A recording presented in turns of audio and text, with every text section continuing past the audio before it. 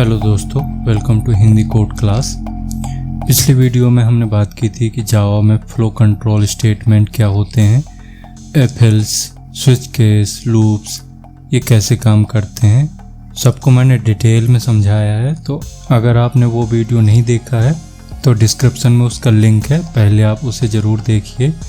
आज हम बात करेंगे जावा की सबसे कोर और पावरफुल कॉन्सेप्ट की, जो है ऊप्स। ऊप्स मतलब ऑब्जेक्ट ओरिएंटेड प्रोग्रामिंग। तो चलिए बिना किसी देरी के शुरू करते हैं आज का लेक्चर। सबसे पहले समझते हैं ऑब्जेक्ट ओरिएंटेड प्रोग्रामिंग लैंग्वेज मतलब ऊप्स क्या होती है। जावा में ऊप्स एक ऐसा कॉन्सेप्ट है जो हमें कोड को क्लास और ऑब्जेक्ट के जरिए मॉड्यूलर, रीयूजेबल और सिक्योर बनाने की सुविधा देता है। इसका मेन मोटिव है कि डाटा और उस पर काम करने वाले फंक्शन को एक साथ बाइंड करना, ताकि कोड दूसरे हिस्सों को अनऑथराइज्ड एक्सेस न कर सके। जावा एक ऐसी लैंग्वेज है जो ड्राई प्रिंसिपल को फॉलो करती है।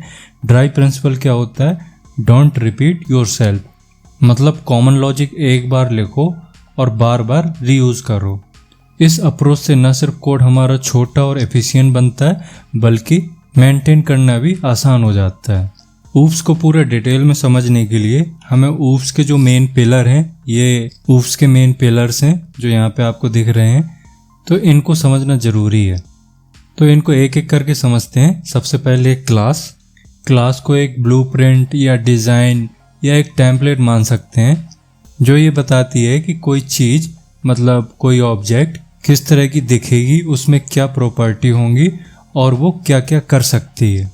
मान लो अगर आप कार नाम की एक क्लास बनाएं, तो इसमें हम डिफाइन कर सकते हैं कि कार के पास क्या क्या एट्रीब्यूट होंगे, जैसे स्पीड, कलर, मॉडल, और क्या क्या एक्शन होंगे, जैसे ड्राइव, ब्रेक, स्टार्ट। मतलब यहाँ पे आपको ध्यान रखना है कि क्लास अपने आप में कोई काम नहीं करती। क्लास सिर्फ एक स्ट्रक्चर होता है, बट जो एक्चुअल काम करता है वो ऑब्जेक्ट करता है।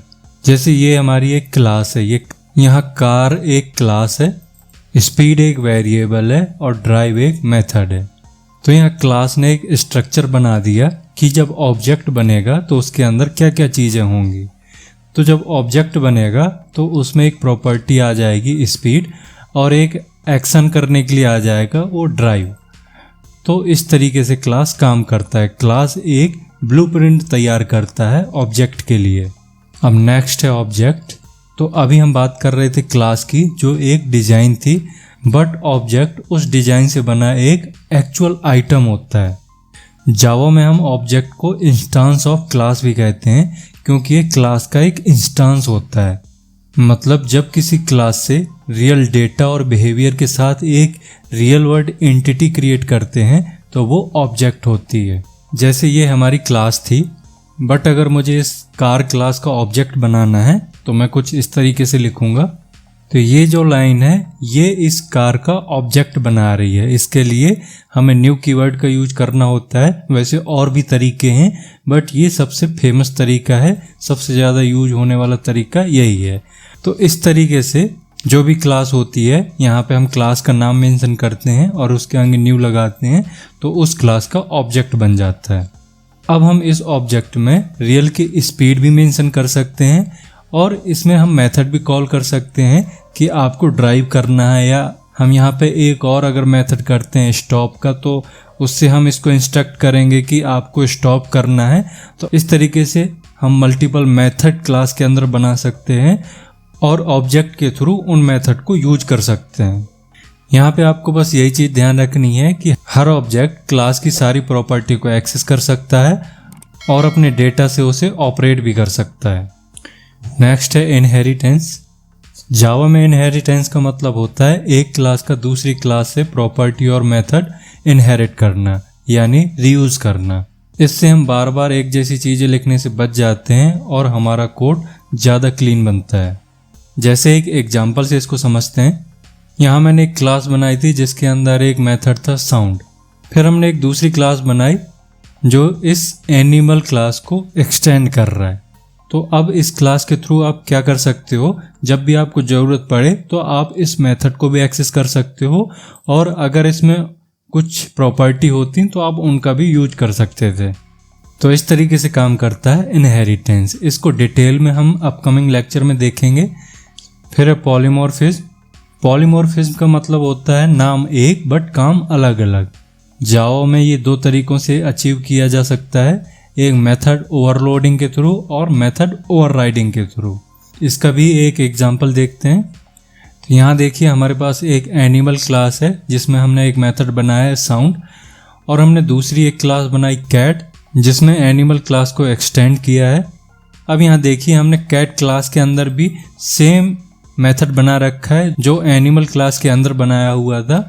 इसका फ़ायदा क्या हुआ यहाँ पे, तो आप एक चीज़ ध्यान से देखिए, जो एनिमल क्लास के अंदर साउंड मेथड था उसने अलग स्टेटमेंट दिया हुआ था इस मेथड के अंदर, बट जब हमने कैट पे इसी मेथड का यूज किया तो हमने इसमें अलग स्टेटमेंट दे दी।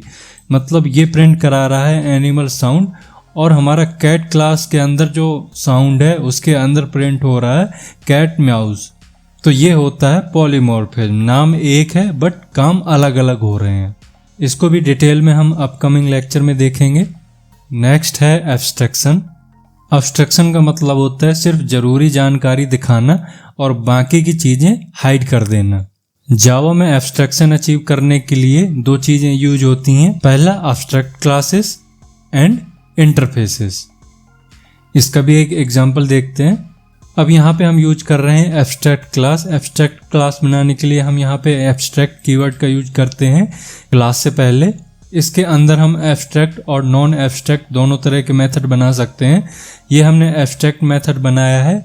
इसकी पहचान ये होती है कि हम उस मेथड का बॉडी नहीं लिखते हैं, सिर्फ मेथड को डिफाइन करते हैं। तो यहाँ पे हमने एक स्टार्ट मेथड बनाया है जो एब्स्ट्रैक्ट टाइप का है, और इसको हमने केवल डिफाइन किया है।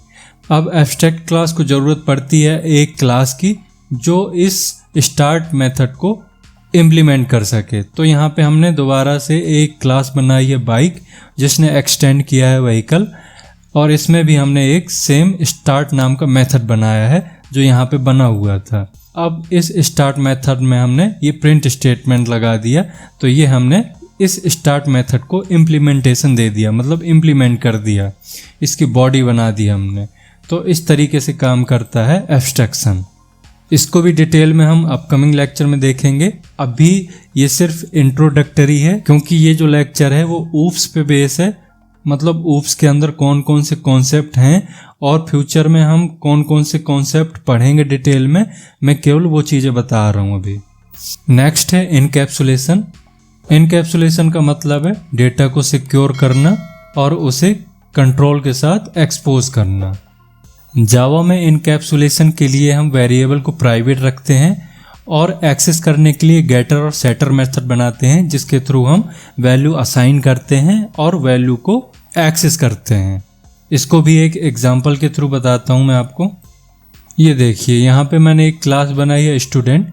इसमें मैंने एक वेरिएबल लिया था मार्क्स जिसको मैंने प्राइवेट बना दिया।